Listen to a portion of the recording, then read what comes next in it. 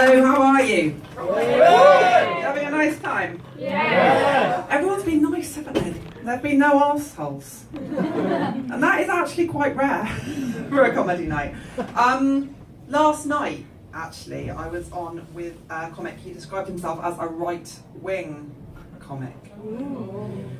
But right-wing, I mean, when I was younger, right-wing in the UK sort of meant you watched Countryfile and you thought grammar schools were a good idea. Now it means outright, doesn't it? Outright, which means Nazi. I mean, like, obviously. Outright, the alternative right. There's nothing alternative. They're like as alternative as, like, when Miley Cyrus did a cover of Lucy in the Sky with Diamonds. That happened, I saw her in concert. It was an odd summer.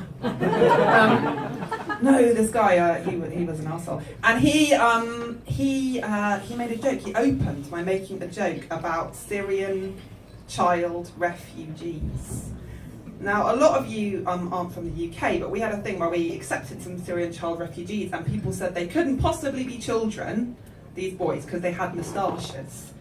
And they were like 12, 13, you know. I had a moustache when I was 10 years old.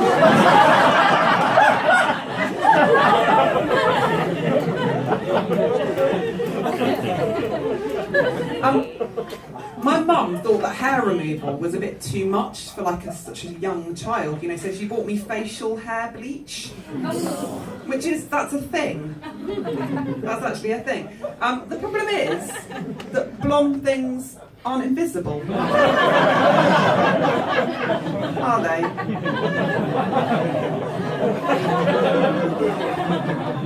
We're not like, oh, legendary bald bombshell, Marilyn Monroe.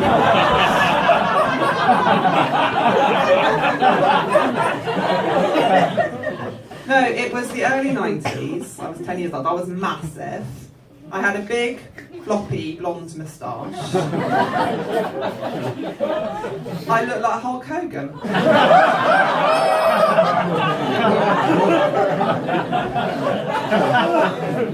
So, in the end, ironically, the entire exercise made me more popular with boys. Constantly getting clotheslined. One for the wrestling fans there. I find being a woman hard. I find being a mother hard. I had a baby not that long ago. Don't whoop me, it was foolish. I was feeling a bit depressed after I had the baby. Don't worry, I'm not going to talk about my feelings, I'm not American.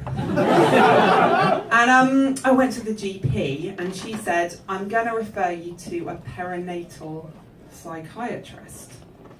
And I said, they have psychiatrists for the bit between your anus and your vagina.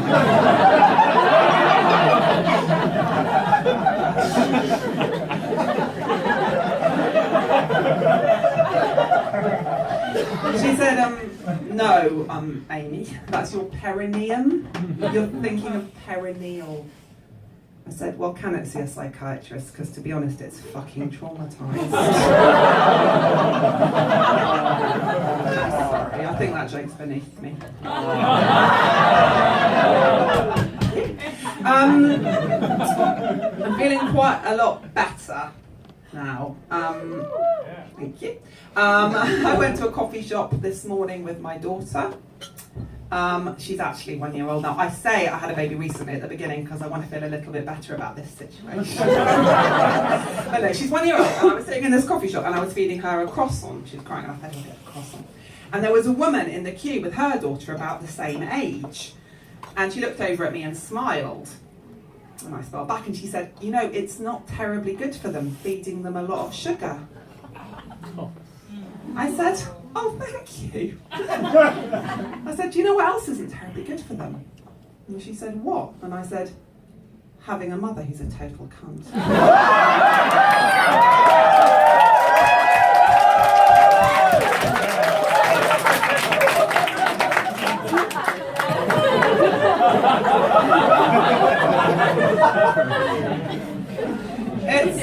It's all really hard. Baby stuff is really expensive. Do any of you know what bugaboos are? Yeah. Yes. Well, they're like these really expensive prams. They're like £1,000. Like my car costs like 400 quid. I'm joking, I can't afford a car.